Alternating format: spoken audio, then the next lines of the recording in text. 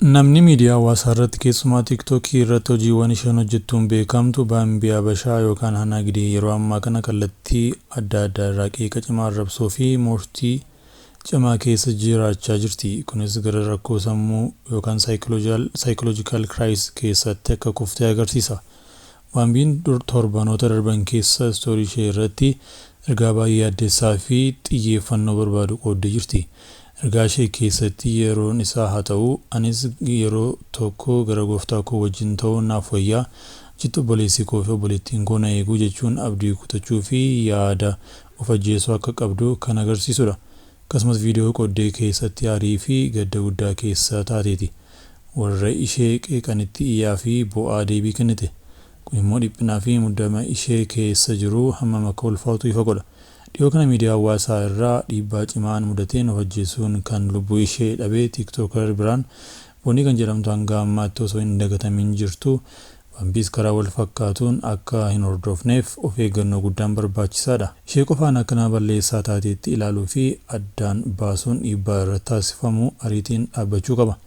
Namoonni ishee marsanii jiran maatii ishee fi hiriyoonni ishee warri waliin hojjetan akkasumas namoonni isheetti dhiyaatan ariitiin cinaa ishee dhaabbachuun baay'ee barbaachisaadha. Yeroo rakkisaa kana keessatti deeggarsa onnee kennuu qofa osoo hin taane gargaarsa ogeessa fayyaatiin yookaan saayikoloojikaal sarpoort akka argattu gochuun tarkaanfii lubbuu oolchuudha. Maatiiwwan jaallatamoo keenyaa miidiyaa hawaasaa irratti qeeqaaf murtii nuti kenninu lubbuu namaa balleessuu danda'u ta'uu isaa irra deddeebiin argaa jirra. Addunyaa onlaayinii duuba namoonni dhugaa kanneen miiraa fi lubbuu qaban akka jiran hin dagatina. Odeeffannoo kana share gochuudhaan namoonni isheetti dhiyaatan akka ariitiin bira ga'an gahee keenya haa baanu. Balballi mana kiristaanaa eenyuuf banamuu qaba? Koomediyaan isheetu mallasee tiiktooker Hannaa Gidee yookaan Bambii irratti qeeqa cimaa fi jeequmsa hawaasaa kakaase. Dhimmichi koomediyaan beekamaan isheetu mallaseef tiiktooker dargaggeettiin Hannaa gidduutti uumame yeroo ammaa miidiyaa hawaasaa hunda keessa sochii guddaa uumaa jira. Isheetuun Hannaan sagantaa walitti galii mana kiristaanaa qopheessuu fi hoogganuu ishee mormuun yaada isaa ifatti dhiyeesse. Yaadni inni kenne baay'ee nama qaanessuu fi nama addaan baasuuf itti gaafatamummaa kan hin qabne jechuun namoota iddoo biratti qeeqamaa argachaa jira. Dhimmichi maalidha? Isheetuun miidiyaa irratti yaada kenne keessatti maqaa fi jireenya dhuunfaa Hannaa kaasee akkamitti namni akkasii sagantaa walitti qabama galii mana kiristaanaa hoogganuu danda'a jechuun qeeqa cimaa dhiyeesse. Kun immoo akka haleellaa ifaa tokkotti fudhatamee namoonni dhimma hawaasaa irratti dammaqanii fi ogeeyyii seeraa hedduu dallansiiseera.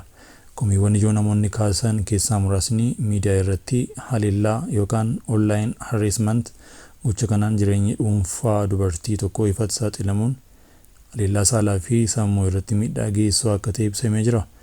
Itti gaafatamummaa seeraatiin namni beekamaan akkasii gocha akkasii raawwachuun isaa balleessaa maqaa namaa xureessuu jalatti seeraan gaafatamuu danda'a jedhamee ibsamee jira. Addaan baasuu namni kamiyyuu hojii gaarii irratti hundaa'ee gara mana waaqayyootti dhufuu danda'a. Garuu yaadni ani yoo hin eeyyamne hin danda'u jedhu akka yaada kiristaanaa irraa fagaatuu fi nama qeequ ta'e jedhamuun bal'inaan irratti mari'atamaa jira. Tarkaanfiin itti aanu maal ta'uu danda'a? Yoo koomediyaan isheetu dogoggora isaa irratti ariitiin dhiifama hin gaafanne dhimmichi gara seeraatti geeffamuu danda'a jedhamee tilmaamama. Namni tokko ifatti miidiyaa irratti qeequunii fi kabaja isaa tuquun adabbii seeraaf kaffaltii guddaa fiduu danda'a jechuun ogeeyyiin seeraa akeekkachiisaa jiru. Jireenya dhuunfaa nama tokko uummata duratti qeeqaaf dhiyeessuun seera ogummaa gaazexeessummaa fi kabaja namaa waliin hin deemu. Isin dhimmicha irratti maal yaaddu? Yaada keessan koomantiidhaan nuuf qoodaa. Uummata Itoophiyaa miidheeraa dhiifama naaf godhaa. Dhiyoo kana dhimma tiiktooker Hannaa Gidee yookaan Bambii Habeshaa irratti miidiyaa hawaasaa irratti yaasaa guddaa ta'ee kan yuutuubar isheetu mallasee maqaa ishee kallattiin osoo hin kaasin iyyuu yaada inni kenne irratti dhiifama akka hin gaafanne viidiyoo haaraa keessatti beeksisee jira. Isheetuun deebii qeeqa isaa irratti miidiyaa hawaasaa irratti kenne keessatti yaada isaa irratti akka hin gaabbinee fi dhiifama akka hin gaafanne ibsee jira. Torbanoota darban keessatti Bambii Habeshaa dhiphina sammuu cimaa fi arrabsoo fayyadamsa miidiyaa hawaasaa irratti dhufaa jiru keessa jirti. Kana hordofuun namoonni hedduun yaadni isheetuun kenne haala isheen daran akka hammeessuu danda'a jechuun komii isaanii ibsaa turan.